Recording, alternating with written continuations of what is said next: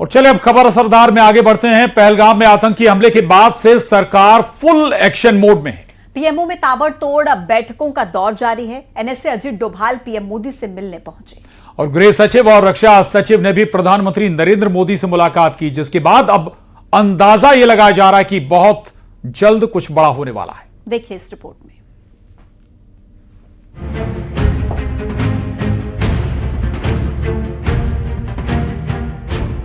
पहलगाम हिंदू नरसंहार के बाद डर के साए में जी रहे पाकिस्तान के लिए तस्वीरें और भी डरावनी हो सकती हैं।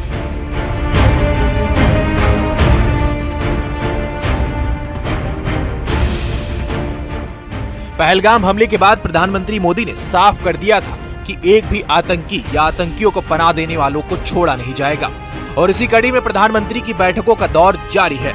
22 अप्रैल को पहलगाम हिंदू नरसंहार के बाद अपना सऊदी दौरा रद्द कर प्रधानमंत्री भारत वापस आए और आतंक के खिलाफ अपनी रणनीति तैयार करनी शुरू कर दी, जिसके बाद 23 अप्रैल को सीसीएस की पहली बैठक, फिर 28 अप्रैल को रक्षा मंत्री राजनाथ सिंह के साथ बैठक, अगले दिन 29 अप्रैल को रक्षा मंत्री, एनएसए, सीएसटी और तीनों सेना प्रमुखों के साथ बैठक, 30 अप्रैल को विदेश मंत्री, एनएसए और थल सेना प्रमुख के साथ बैठक, उसके तुरंत बाद सीसीएस की दूसरी बैठक, सीसीपीए की बैठक, सीसीईए की बैठक, फिर 3 मई को नेवी चीफ के साथ बैठक, 4 मई को एयर चीफ मार्शल के साथ बैठक और 5 मई को रक्षा सचिव राजेश कुमार सिंह के साथ अहम बैठक की।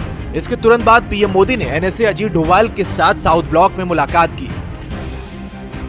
प्रधानमंत्री की ये बैठकें साफ कर रही हैं कि बहुत जल्द कुछ बड़ा होने वाला है, क्योंकि पीएम मोदी पहले ही कह चुके हैं कि भारतीय सेना को पहलगाम आतंकी हमले का बदला लेने की खुली छूट है और इसके लिए सेना खुद कार्रवाई के लिए जगह, समय और तारीख तय करे। और इसी बीच रक्षा मंत्री राजनाथ सिंह का यह कहना है कि आतंकी हमलों को लेकर देश जो चाहता है वैसा ही होकर रहेगा।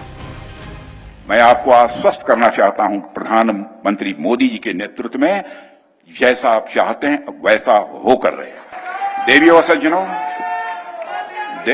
व सज्जनों, जैसे हम सभी राष्ट्र के शरीर की रक्षा करते हैं, ठीक उसी प्रकार महाराज जी जैसे संत और अन्य संत भी जो हमारे बैठे हैं वह राष्ट्र की आत्मा की रक्षा करते हैं। सुधांशु जी महाराज जैसे संतों ने हमें बताया और यह करके दिखाया कि राष्ट्र की आत्मा की रक्षा तभी संभव है जब हम सब अपनी संस्कृति, अपने मूल्यों और साथ ही अध्यात्म से जुड़े रहें। इधर देश के अंदर पीएम आतंक के खिलाफ रणनीति तैयार कर रहे हैं तो पूरी दुनिया आतंक के खात्मे के लिए भारत के साथ खड़ी है। एक के बाद एक कई देश भारत के समर्थन में खुलकर सामने आ रहे हैं। आज की ही बात करें तो रूस के राष्ट्रपति पुतिन ने पीएम मोदी से फोन पर बात की और आतंकवाद के खिलाफ समर्थन देने का ऐलान कर दिया। आतंकी हमले की निंदा करते हुए उन्होंने दोषियों को सजा देने की मांग की है। इसके साथ ही रूस के राष्ट्रपति पुतिन ने भारत आने का न्योता भी स्वीकार कर लिया है। बताया गया है कि पुतिन एनुअल बायलैटरल समिट के लिए भारत आएंगे।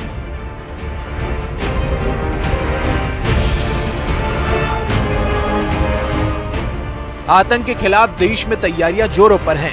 दुनिया के तमाम देश भारत के साथ खड़े हैं और इसी बीच गृह मंत्रालय ने कुछ राज्यों को तैयार रहने के निर्देश दे दिए हैं। एमएचए ने 7 मई को मॉक ड्रिल करने के निर्देश दिए हैं।